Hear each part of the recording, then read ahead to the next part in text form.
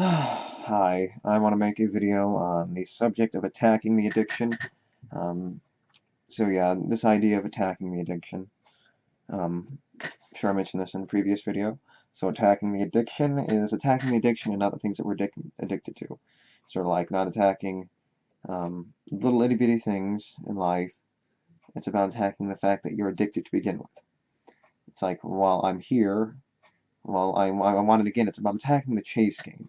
What we're doing is chasing, and it's about attacking the chase game itself rather than the thing that you're chasing.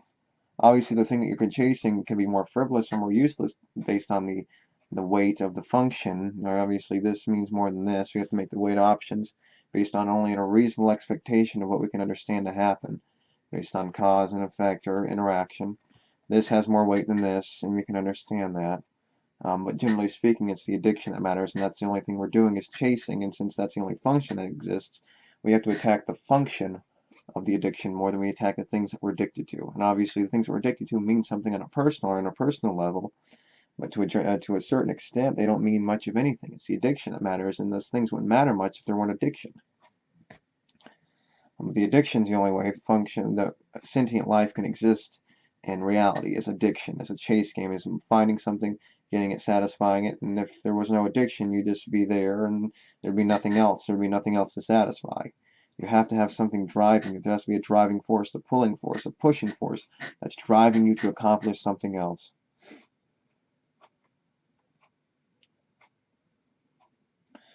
Yeah, so it's about really the addiction. I mean, the momentum mechanism, the thing that's driving us forward is the thing that we really need to understand is the real problem here. It's life.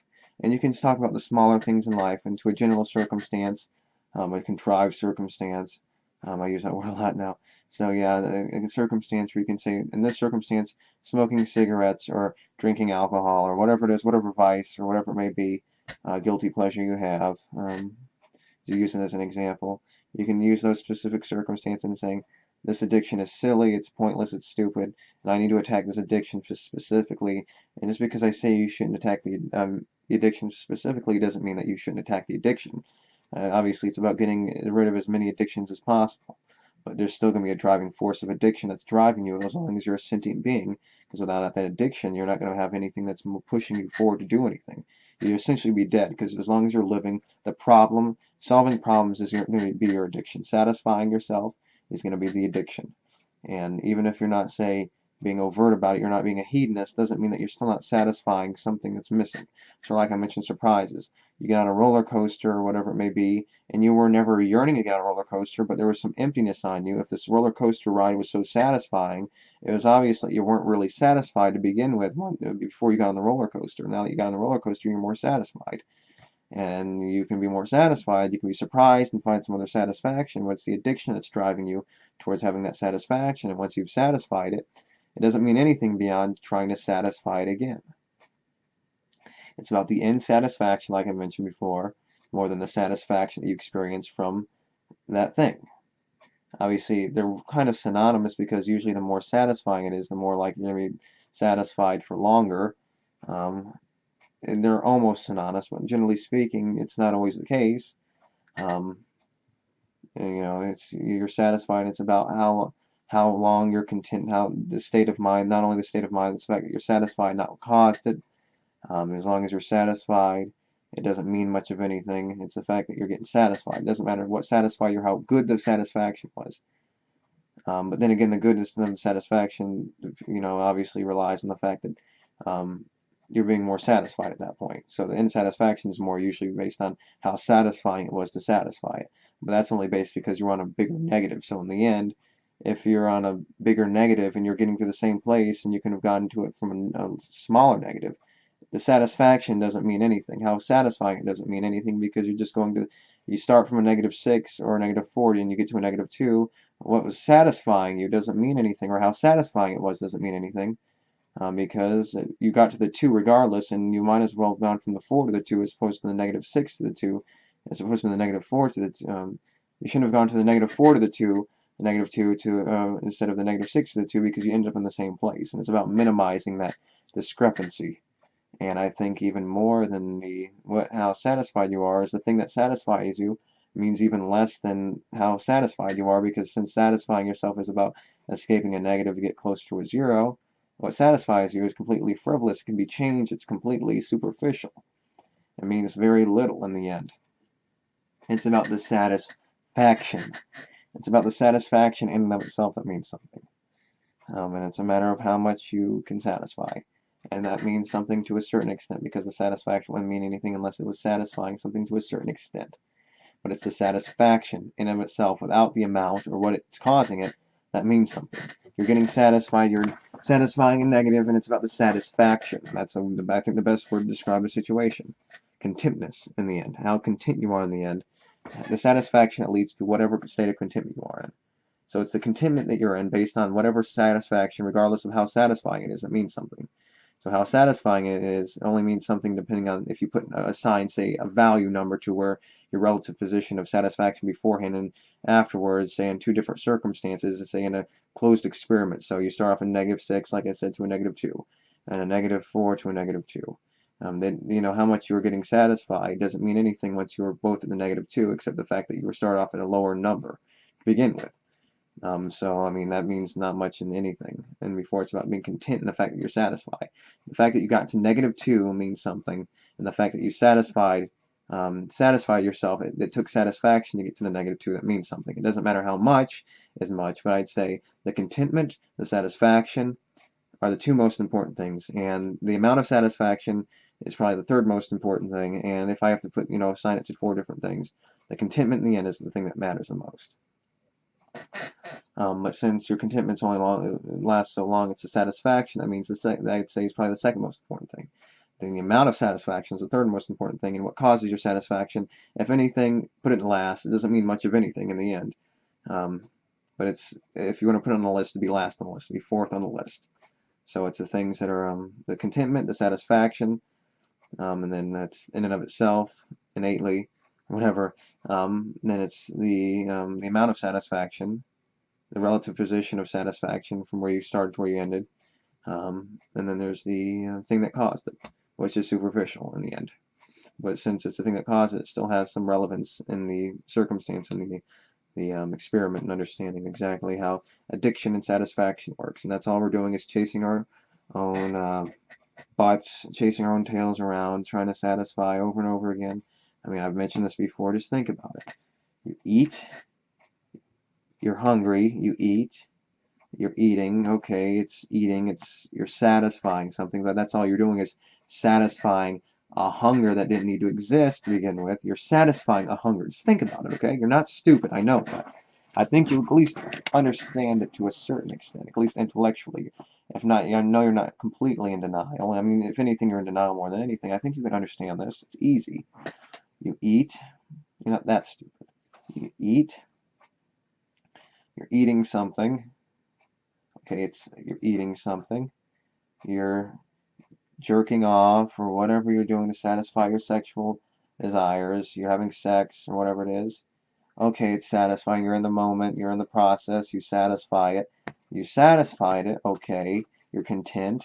And now you're going right back to that same thing. I would say actually the satisfaction is more important than the contentment, because the contentment only leads to more satisfaction, leading to another satisfied thing. So I think the satisfaction is more important than the contentment. And after that is the set thing, how much you're satisfied, and then what satisfies you, and the relative position, and so forth and so on, and such. And so, yes, you're eating. You're satisfying it, you satisfy it, you're full, then you do it. You ate to live long enough to eat again. You had sex, which is even more pointless than eating when it comes to survival. You have sex, you satisfy it, you have sex, you satisfy it to live long enough to eat to have sex again. Actually, sex you don't need to survive. So you're kind of just having sex. I mean, I guess that gives it more credence in the point that it's something that satisfies you that you don't need, but in many cases that's what most of our desires are, is what we don't need. but it's only there to satisfy our egos or something that we don't need to survive. Eating, we need to survive. Right now, obviously, we need to eat, we need to drink water, fluids. You drink water, it's satisfying, but it's only satisfying because you didn't have water in you to begin with. If you weren't thirsty, you wouldn't be wanting water. Or if you weren't hungry, you wouldn't be wanting food. You need to want to have the food beforehand, and the want comes from a negative, being in a negative, and since it's in a negative and the want, it takes the want beforehand, and the want relies on a negative, you're only eating or satisfying to satisfy a negative that you had to begin with, a want that relies on a negative to begin with. So you're wanting based on a negative to satisfy the negative to get to a less negative to go right back to the negative again. That's all you're doing. So I mean, it's just, I mean, it really, I mean, it proves the point in and of itself. I mean, it's kind of obvious. It doesn't need any more explanation. I mean, it's more frivolous things that we find satisfying. Your sexual interaction, eating, drinking. I mean, we're only doing it to do it again. We're satisfying it only to do it again. We're satisfying a negative only to satisfy the negative again, to live long enough to satisfy the negative again. I mean, it's the addiction that we need to fight. And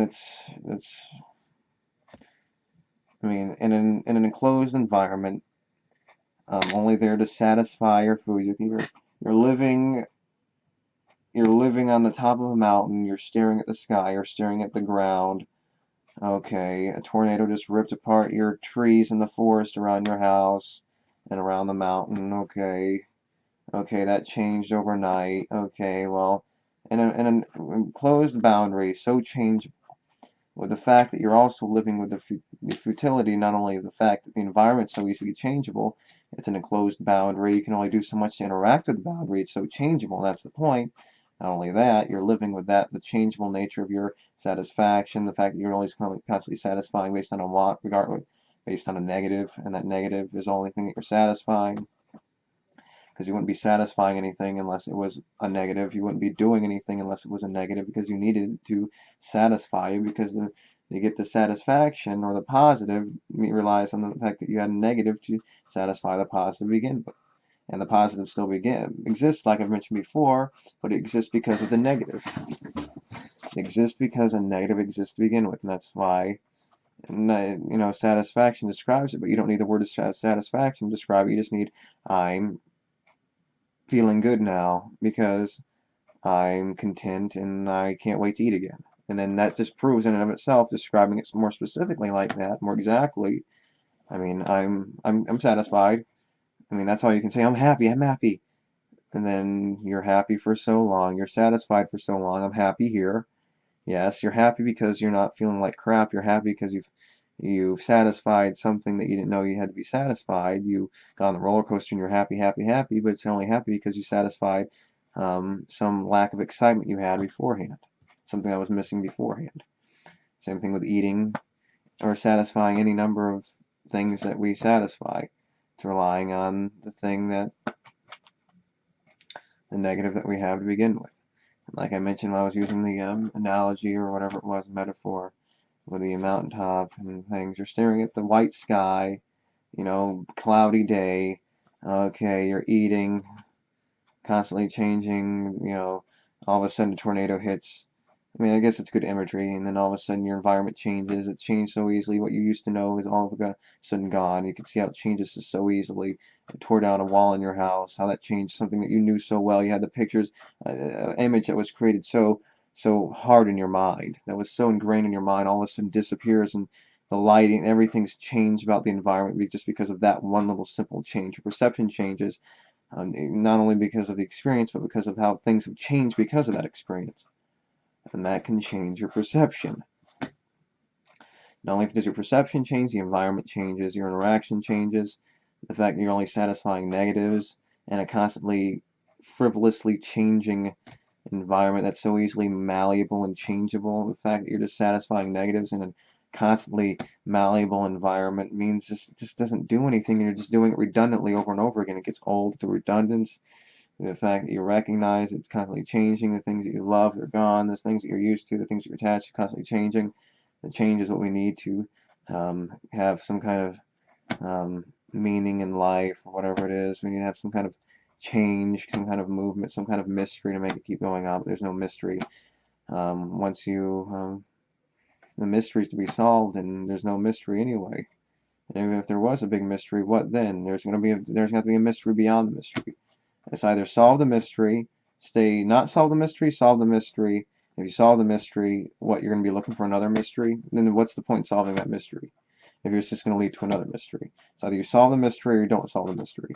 If you solve the mystery and you lead to another mystery, you might as well just say, I didn't solve the mystery. So they're solving the mystery or not solving the mystery. I would argue there's not a mystery to be solved, unless you're talking about the mystery of living your everyday life. And generally speaking, we know how the function works, like I mentioned before, and there's no mystery to the function. There's only a mystery to exactly what's going to happen, and exactly what your experience is going to be, at least from your point of view and your shell of existence. Your body, how you feel something, it explains itself. Your words don't describe it as accurately. Your words are describing it in the environment, the experience you experienced, and gave a more accurate representation than you say your owl. You felt it, and the feeling is what can be accurately described more than your description of it. So, I mean, that means more than anything. So, yeah, I mean, it's about attacking the addiction. I mean, like I mentioned before, the mountaintop thing.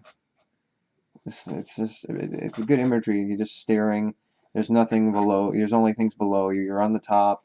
You're looking at the sky. It's a cloudy day. There's a tornado rummaging around. It's just blank space, dirt on the ground, fallen trees, nothing creating imagery. A wall in your house is torn down. I mean, it's good imagery. It's imagery that's plagued me before, and it continues to plague me, because it's imagery that shows just the malleability of existence, and how even in this existence, even there's no saving grace, because the constantly changing environment has nothing but negative satisfactions to be satisfied in.